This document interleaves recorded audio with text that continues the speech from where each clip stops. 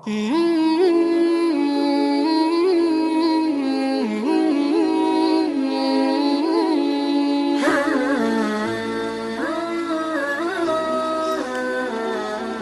بالله من الشيطان الرجيم. بسم الله الرحمن الرحيم. ولقد جاءكم موسى بالبينات ثم اتخذتم العجل من بعده وأنتم ظالمون.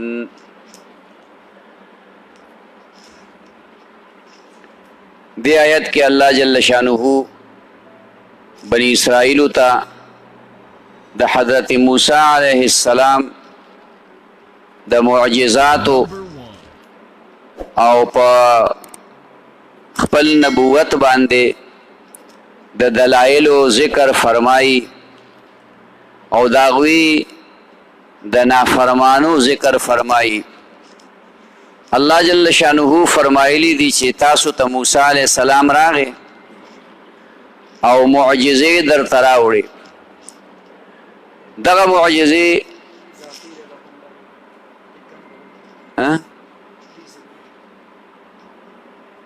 دغا زیانا دے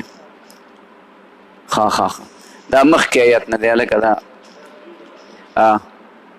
وَإِذَا قِيلَ لَهُمْ آمِنُوا بِمَا أَنزَلَ اللَّهُ قَالُوا نُؤْمِنُ بِمَا أُنزِلَ عَلَيْنَا وَيَكْفُرُونَ بِمَا وَرَاءَهُ وَهُوَ الْحَقُّ مُصَدِّقًا لِمَا مَعَهُمْ قُلْ فَلِمَ تَقْتُلُونَ أَنْبِيَاءَ اللَّهِ مِنْ قَبْلُ إِن كُنتُم مُؤْمِنِينَ. دا هم د بنی اسرائیل ذکر دے او داغوی د ایمان نه راوړلو او د قرآن د مخالفت او داغی په ضمن کې په حقیقت کې د تورات د مخالفت هم ذکر دے. کله چې مسلمانانو او نبی علیہ الصلوۃ والسلام به دوی ته دعوت د دین ورکو د ایمان راوړلو نو دی به دا خبره کوله چې مونږه په هغه کتاب ایمان راوړو چې کوم کتاب الله مونږ ته نازل کړی دی، یعنی تورات باندې ایمان راوړو، او کوم کتاب چې تاسو ته نازل دی په هغې مونږ ایمان نه راوړو. کتابونه دي یا څه مونږ د هغې انکار کوو. دا حقیقت کې انکار دوی د تورات هم کوو. په خوله باندې خو وی چې موږ د تورات په احکامو باندې عمل کوو، خو چونکې په ضمن کې ته دا معلومېدله چې د تورات یې انکار کوو. هغه داسې چې په دې قرآن چې تورات کې د نبی علیه الصلاۃ والسلام پیشنګویي شته، انجیل کې د نبی علیہ الصلوۃ والسلام پیشنګویي شته چې نبی علیہ السلام د آخري زمانه پیغمبر به راځي، او دوی به خلکو ته وی هم چې کله نبی علیہ السلام نو راغلی چې آخري پیغمبر به دنیا ته راشي، مونږ به د هغه اتباع وکړو او بیا به د هغه د تابعدارۍ او د هغه د ملګرتیا په صورت کې تاسو باندې حمله کوو او تاسو به شکست درکوو. نو الله جل شانه ته د دې خبرې وضاحت وکړو چې تورات کې دا ټولې خبرې شته، د نبی علیہ السلام پیشنګویي شته، علامات موجود دي، د قرآن مجید د هغې د ذکر پکې شته. دا شته دی چې نبی علیہ السلام به مکه مکرمه کې پیدا کیږي، بیا څه زمانه به هلته تیروي، بیا به هجرت کوي مدینې منورې ته، چې مدینې منورې ته به پخوا یثرب وي، هغې ته به هجرت کوي. دا ټولې خبرې په تورات کې ذکر وي او دوی وی مونږ قرآن نه منو. نو چې قرآن نه منئ نو دا خپل تورات ومنئ که نه. په دې تورات کې خدا خبره شته دی چې نبی علیہ السلام حق پیغمبر دی، د هغه دا کتاب د الله حق کتاب دی. نو دا یوازې د قرآن نافرمانی نه ده، بلکې په حقیقت کې چې کوم دی هغه د دې د تورات هم نافرمانی ده. د تورات هغه خبرې هم نه مني، دا صرف د ضد او د عناد په وجه باندې لګیا دي. نو دې آیت کې الله پاک دغه متعلق فرمایي واذا قیل لهم هر کله چې ویل شي دوی ته آمنو ایمان راوړئ بما په هغه کتاب انزل الله چې نازل کړی دی الله پاک. مراد د دې کتاب نه دلته قرآن مجید دی. قالو نو وایي دوی نؤمن ایمان علینا چې نازل کړی شوی دی مونږ ته. دلته د دې کتاب نه مراد تورات دی چې گویا مونږ په تورات باندې ایمان راوړو. ویکفرون بما وراه او کفر کوي دوی په هغې باندې چې علاوه دی د دې نه، یعنې د تورات نه علاوه دی خو کار کوي د هغې باندې. هو الحق حال دا دی چې دا حق دی دا قرآن مصدقا تصدیق کوونکی دی لما د پاره د هغه کتاب معهم چې د دوی سره دی، یعنی د دوی په دې کتاب کې چې کومې خبرې ذکر دي د هغې ذکر قرآن مجید کې شته دی او د قرآن مجید د حقانیت او د نبی علیه الصلاة والسلام د رسالت ذکر تورات کې شته. نو د دوی د دې کتاب د قرآن مجید تصدیق کوونکی دی چې په هغې کې دا خبرې موجود دي. قلو ته ووایه ای پیغمبر صلی الله علیه وسلم فلم تقتلون نو ولې قتلول تاسو انبیاء الله پیغمبران د الله من قبل مخکې د دې نه ان کنتم مؤمنین. یو طرف ته دا وایه چې موږ په تورات باندې عمل کوو او د هغې سره سره د بېشماره پیغمبرانو نافرمانی تاسو کړي دي. تاسو ته خصوصي پیغمبران راغلي دي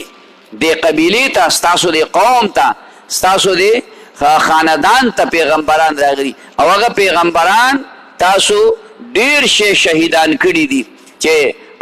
په هغې کې مشهور حضرت زکریا علیه السلام، حضرت یحیی علیه السلام، دا پیغمبران علیهم السلام دوی چې کوم دی نو شهیدان کړي دي. نو چې تاسو دونه وایه چې موږ په تورات ایمان راوړو پیغمبرانو ذکر، نو تاسو دا پیغمبران ولې شهیدان کول؟ دا ستاسو څنګه ایمان دی؟ معلومیږي دا چې تاسو ایمان نشته، صرف چې کوم دی د دنیاوي غرض دپاره لګیا یې. ولقد جاءکم موسی په تحقیق سره راوړې وې تاسو ته موسی علیه السلام بالبینات معجزې بینات دلائل واضحه ښکاره دلائل. ثم اتخذتم العجل بیا ونیو تاسو سخي لره په عبادت سره من بعده رستو داغنا وانتم ظالمون او تاسو ظالمان وی ظلم کوونکي وی. د موسی علیه السلام معجزې خو ډېرې دي خو خاص کر چې د بني اسرائیلو ته راغلي دي د هغې ذکر بار بار ومشو. یو خو هغه معجزې دي چې کله موسی علیه السلام په مصر کې و او د فرعون ظلم و ستم په بني اسرائیلو باندې و، نو په دغه وخت کې د فرعون چې کومه نافرمانی کوله او کوم ظلم و ستم یې کو په مسلمانانو باندې، یعنی هغه وخت کې بني اسرائیل د نبی د حضرت موسی علیه السلام تابعدارو، نو مسلمانانو په دې وجه باندې هغې باندې به ظلم فرعونیانو کو. نو الله جل شانه د موسی علیه السلام په ذریعه په دغې فرعونیانو باندې قسم قسم عذابونه راوستل او هغه د موسی علیه السلام معجزې وې. ملخان یې پرې راوستل، هر څه یې وله وخوړل، بیا یې توبه وښکله، سپږې یې پرې راوستې، سپږۍ یې پرې راوستې، دارنګې چې کومه دی چندخان یې پرې راوستل، هر څه کې ورته چندخان دونه چې په خوراک سکاک کې به ورته چندخان، او دارنګې چې کوم دی وینې یې پرې راوستې، په هر څه کې وینې، که ډوډۍ ماتوي وینه ترې څڅېږي، که انګولې رالي وینه ترې پکې ده، که اوبه راخلي وینه ترې ځي، تر دې پورې چې په یو لوښي باندې به یو طرف ته بني اسرائیلي خوله یې ښودلې وه او بل طرف ته به چې کوم دی په دغه د فرعونیانو یو کس خوله یې ښودلې وه، نو د بني اسرائیلي خولې ته به اوبه تلې او د قبطي یعنی د فرعونیانو خولې ته به چې څه تلل د هغه لوښي نه هغه به وینه وه. دی عذاب کې الله دا معجزې وې د موسی علیه السلام او بیا خصوصا نو دغه هم بني اسرائیل ولیدې دا په حقیقت کې هم هغوی ته معجزې وې او بیا غټې معجزې چې خالص بني اسرائیلو ته راغلي دي هغه دا دي چې د موسی علیه السلام امسا وه هغه امسا هغې کې دا کمال الله یې ښودلی و چې د هغې نه به الله غټ ښامار جوړو موسی علیه السلام به وغورځوله د موسی علیه السلام په مقابله کې فرعون ساحران راوستل هغه ساحرانو په 3,000 اوښانو باندې د سحر سامان راوړو خور یې کړ موسی علیه السلام ته امسا وغورځوله هغه د 3,000 اوښانو هغه بارونه هغې چې کوم دی په یو غړپ باندې تېر او بیا چې موسی علیه السلام امسا راونیو بیا هغه لرګی هغه دومره خوراک یې وکړو او نه خېټه غټه شو نه پلنه شو او نه ډډ جوړ شو او هغه امسا وه دا زبردسته معجزه وه د دې مقابله د چا پلار هم نشي کولی بیا موسی علیه السلام چې کله فرعونیان روان کړه ځان سره بني اسرائیل روان کړه او ځان سره بوتل الله په دریاب کې لارې ورکړي د اوبو صفت دا دی چې دا به بهیږي الله دغه اوبه نیغې ودرولې نه ګټه وه نه خټو نه غرو نه کمرو نه سیمټو تشې اوبه خالصې دا الله ودرولې دا روانیم پکې الله راولي ودرېیم الله ګلۍ ته نه وه جوړه شوې واوره ته نه وه جوړه شوې اوبه وې خو الله ودرولې هغه ته الله پورې کړو فرعونیان پکې الله ډوب کړو دا د موسی علیه السلام دا په یو معجزه کې دننه 3 معجزې رالې یو دا چې الله ورته دا دریاب ودرو اوبې ودرولې دویمه دا ده چې الله موسی علیه السلام او د هغه سره قوم بني اسرائیل هغې ته نجات ورکړ او دریم دا چې الله فرعونیان د خپلو لښکرو د پوره قوم سره تباه کړ او غرق یې کړ په اوبو کې چې کوم دی نو ډوب کړ بهر کې دا معجزې د موسی علیه السلام تاسو ته ما تېره ورځ ووي چې موسی علیه السلام به دغه امسا ودروله تیاره به وه بس په سر کې زبردست لایټ و هغه چې به ویې لګو هر طرف ته به چې کوم دی نو رڼا خوره شوه دغه موسی علیه السلام دغه امسا هغې باندې به یې ونې راسنډلي اوچتې ونې به وي هغه امسا به پسې به راوخته هغه ونې به چې کوم دی پاڼې به یې راوغورځولې د هغې نه نو بهر کیف دا معجزې د موسی علیه السلام هغه وي چې هغې صرف بني اسرائیل ته دا کتاب راوړل د الله د طرف نه دا هم یو معجزه وه او د هغې د پاسه چې دونه معجزې رالې دونه دا د عقل خاوندانو خو عقل نه کار وانه غسته سخی په عبادت باندې ونی د سخیو عبادت شروع کړ شرک چې کوم دی نو شروع کړ د هغې ذکر الله دلته کړی چې د خدای بندګانو بدبخته په دې چې د موسی علیه السلام د معجزو نه مو څه فایده حاصله نه کړه الټا تاسو د سخي عبادت شروع کړ نو تاسو څه خو ظلم کوونکي یئ دلته ظلم نه مراد شرک دی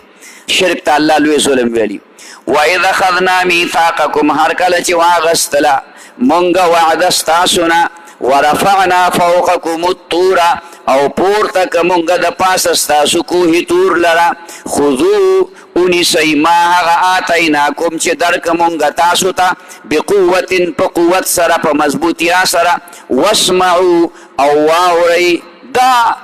هغه موقع خبره ده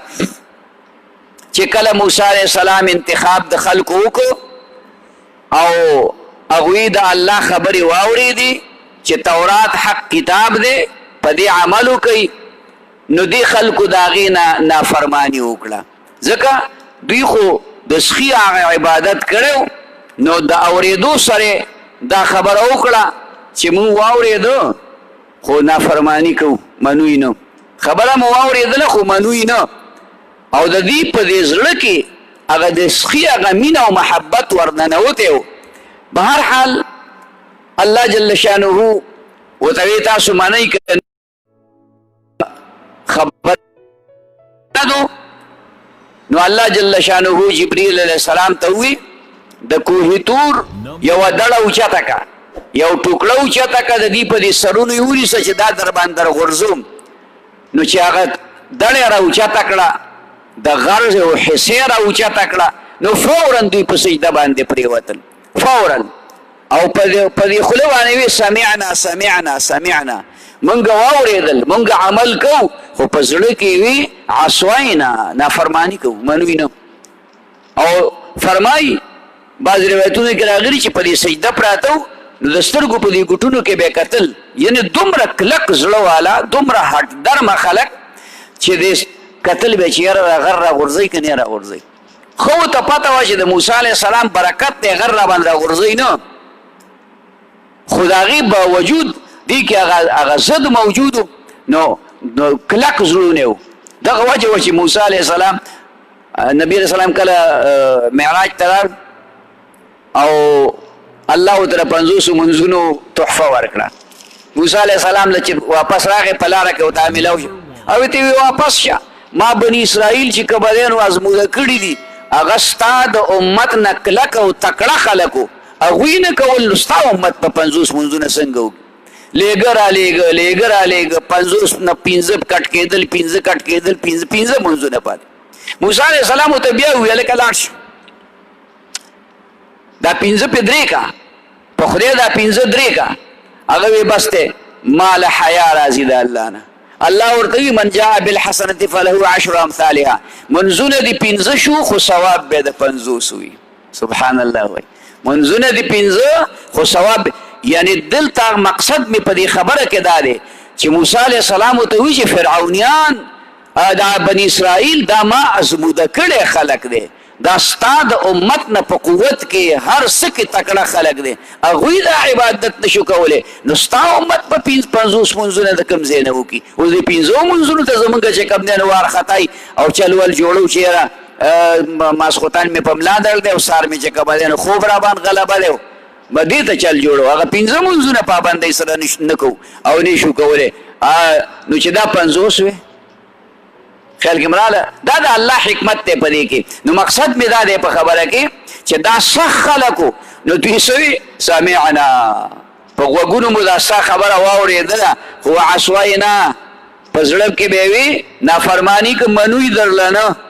نه منو په خبره باندې پوه شوې. بهرحال د هغې ذکر فرمایي وإذ اخذنا میثاقکم هر کله چې واغستله مونږ وعده ستاسو نه چې د تورات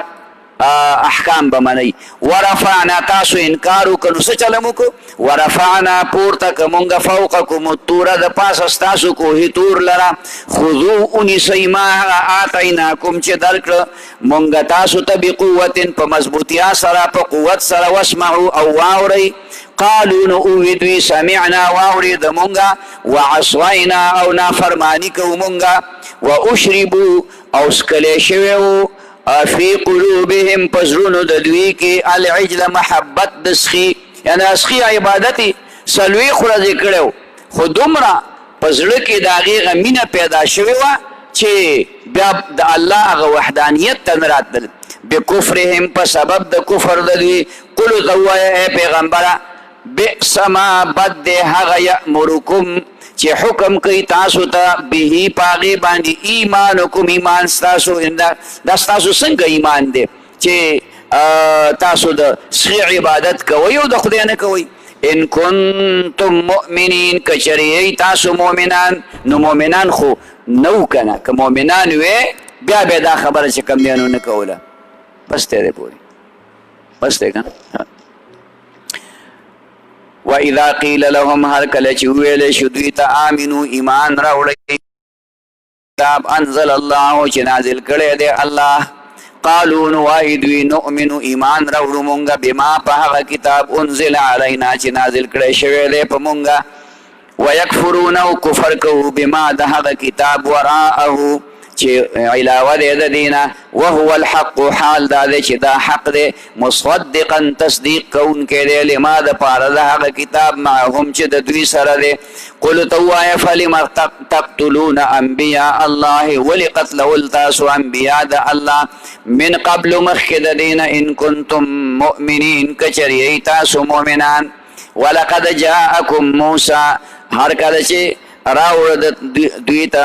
راوړ تاسو ته موسی علیه السلام بالبینات دلائل واضحه معجزې ثم اتخذتم العجل بیاونیو تاسو سخی لره په عبادت من بعده رستو داغنه وانتم ظالمون حال دا دی چې تاسو ظالمان وئ. واذ اخذنا میثاقکم هر کله چې واغستله مونږ وعده ستاسو نه ورفعنا پورته که مونږ فوقکم الطور د پاسه ستاسو کوهي طور لره خذو ونیسئ ما هغه آتیناکم چې درک مونږ تاسو ته بقوت په طاقت سره واسمعوا او واورئ قالوا دوی سمعنا واورېده مونږه وعصینا نافرمانی وکړه مونږه واشربوا او څکلی شوی و دوی ته فی قلوبهم په زړونو د دوی کې العجل محبت د سخي بکفرهم په سبب د کفر د دوی. قل ورته ووایه بئس ما یأمرکم بد دی هغه څیز چې حکم کوي تاسو ته به په هغې باندې ایمانکم ایمان ستاسو ان کنتم مؤمنین که چېرې یئ تاسو مؤمنان. صدق الله العظیم. ربنا آتنا في الدنيا حسنة وفي الآخرة حسنة وقنا عذاب النار. اللهم أحسن عاقبتنا في الأمور كلها وأجرنا من خزي الدنيا وعذاب الآخرة. وصلى الله تعالى على خير خلقه محمد وعلى آله وأصحابه أجمعين آمين يا رب العالمين.